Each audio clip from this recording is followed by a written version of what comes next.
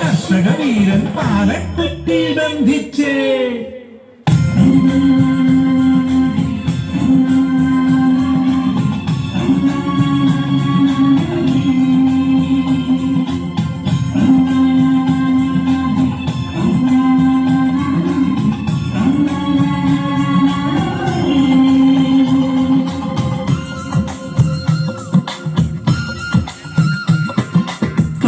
പോലും നമിച്ചു നിൽക്കും മക്കത കേൾക്കാൻ തുതിയായി കൃഷിഫലങ്ങൾ കണ്ട കിനാവിൽ പൊട്ടിവിടർന്നൊരു തുടിത്താളം ഓമല്ലൂരിൻ കൃഷിമേളം വയൽവാണിഭവം സംസ്കാരം.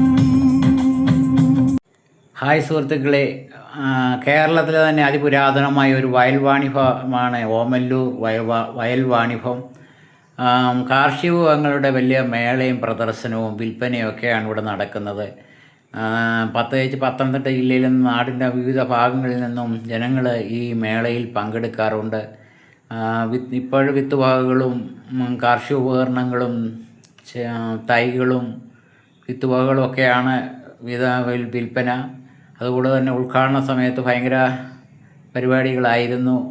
വിവിധ ഷോകളുണ്ടായിരുന്നു, മേളകളുണ്ടായിരുന്നു, ഇപ്പോഴും നടന്നുകൊണ്ടിരിക്കുന്നു. ഇനി ഏകദേശം 2 ആഴ്ചയോടെ 20 ദിവസം കൂടെ കാണുമെന്നാണ് അറിവ്.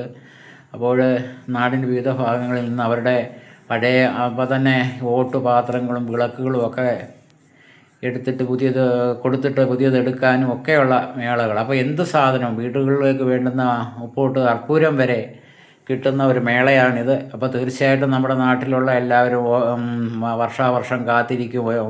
വയൽവാണിഭം എന്നാണ് വരുന്നത് ഓമല്ലൂർ. ആ സമയത്ത് നാട്ടുകാരെ വിത്തുവകകൾ വാങ്ങിക്കും. ചേമ്പായാലും കാച്ചിലായാലും അങ്ങനെയൊക്കെയുള്ള നടാനുള്ളത്, അതിൻ്റെയൊക്കെ വലിയൊരു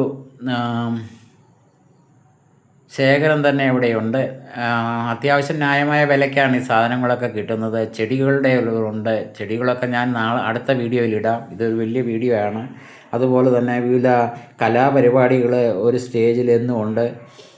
സ്റ്റേജൊക്കെ ഉണ്ട്. അതിൻ്റെ കലാപരിപാടികൾ 4 മണി കഴിഞ്ഞ് ചെന്നാൽ കലാപരിപാടികളൊക്കെ ഉണ്ട്. തീർച്ചയായിട്ടും അത് വാങ്ങിച്ചില്ലെങ്കിലും ഇതിനകത്ത് കയറി ഇറങ്ങി ഇതൊക്കെ ഒന്ന് കാണുക എന്ന് പറയുന്നതിന് ഒരു അനുഭവമാണ്. തീർച്ചയായിട്ടും പ്രത്യേകിച്ച് പത്തനംതിട്ട ജില്ലക്കാരെ എന്ന് പറഞ്ഞാൽ ഓമല്ലൂർ വയൽവാണിഭം അവർക്ക് ഒഴിച്ചുകൂടാൻ പറ്റാത്ത ഒരു മേളയാണ്. അപ്പോൾ വീട്ടുപകരണങ്ങളും ഒക്കെ വാങ്ങിക്കാൻ അതവരുടെ ഒരു ഉത്സവം പോലെയാണ്. തീർച്ചയായിട്ടും അതിന് നമ്മൾക്ക് കഴിയുന്നുണ്ട്. തുടർന്ന് 10-20 ദിവസത്തേക്ക് ഈ മേളയിൽ പങ്കെടുക്കാൻ നമ്മൾക്ക് കഴിയട്ടെ.